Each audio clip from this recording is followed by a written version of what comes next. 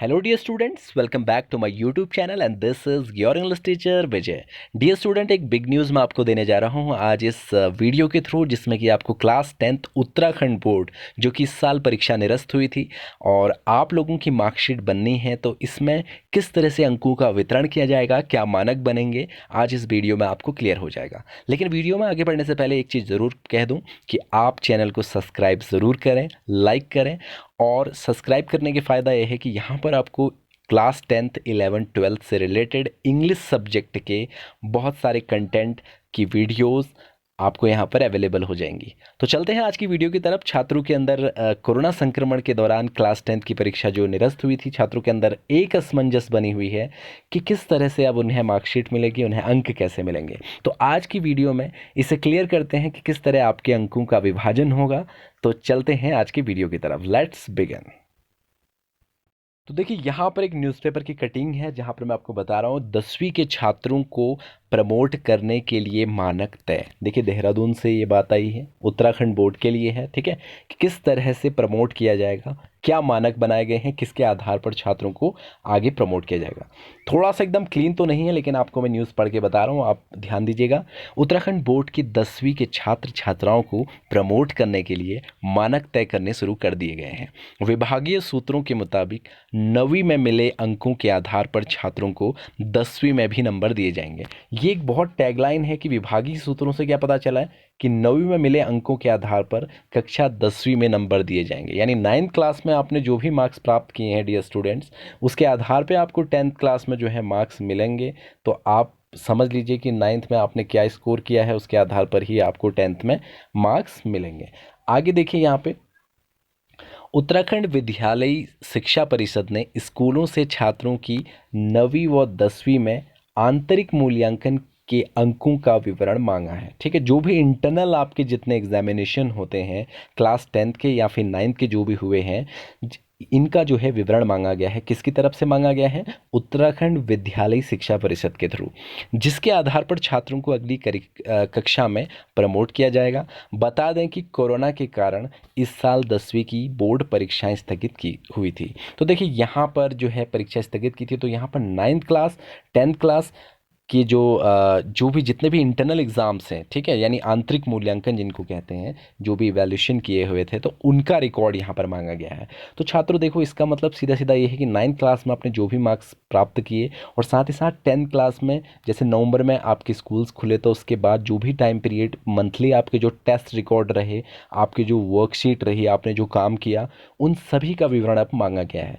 मैं आपको ब्रीफ में यहाँ पर उसका एक मॉडल दिखा देता हूँ कि किस प्रकार से स्कूल्स को आया हुआ है वो लेटर, जिस पे कि बहुत सारे जो भी छात्रों की इन्फॉर्मेशन उसमें फिलअप करनी है, वो किस तरह से है। तो देख लेते हैं एक बार उसको भी।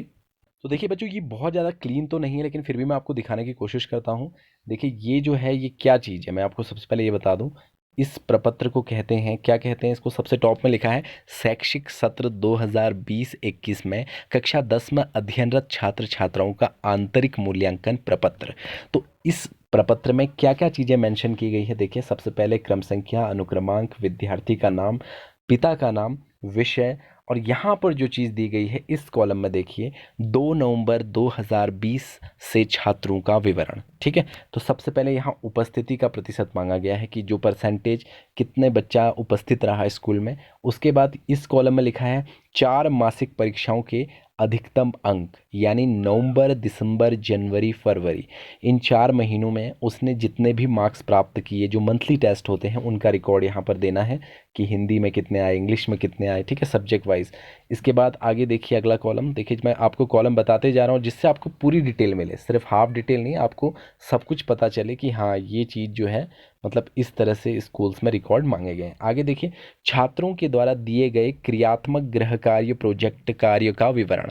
तो जितने भी आपको गृह कार्य दिए होंगे, प्रोजेक्ट कार्य दिए होंगे, इनका विवरण भी मांगा गया है कि छात्र ने कौन कौन चीज़ें पूरी की, जो भी उसको दिए गए थे टारगेट।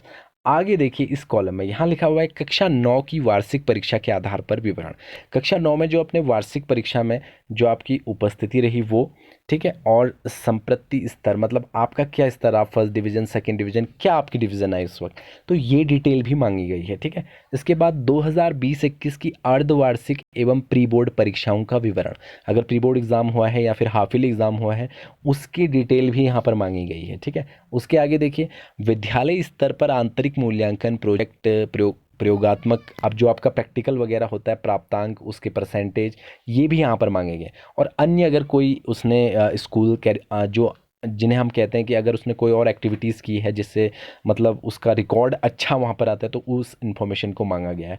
तो ये जो है ये स्कूल इसे फिलअप करके देगा जो भी आपके रिकॉर्ड रहे होंगे, और इसके आधार पर बनाई जाएगी आपकी अंक तालिका। तो देखो स्टूडेंट्स, इससे ये पता चलता है कि आपका पुराना रिकॉर्ड क्या रहा है, वो आपके लिए इम्पोर्टेंट है।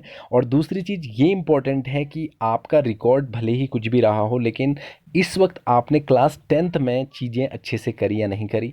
तो ठीक है, तो यानी आपका जो रिकॉर्ड स्कूल में रहा है उसके आधार पे ही आपको मार्क्स दिए जाएंगे। ठीक है, अब इसमें देखिए किसी बच्चे को फ़ायदा भी हो सकता है, किसी को नुकसान भी हो सकता है, जो जिसकी परफॉर्मेंस रहेगी उसके आधार पर उसको मार्क्स दिए जाएंगे। उम्मीद है कि वीडियो आपके लिए काफ़ी यूज़फुल रहा होगा। प्लीज़ शेयर करें और सब्सक्राइब करना, लाइक करना ना भूलें। ठीक है, वीडियो को वॉच करने के लिए थैंक यू सो मच।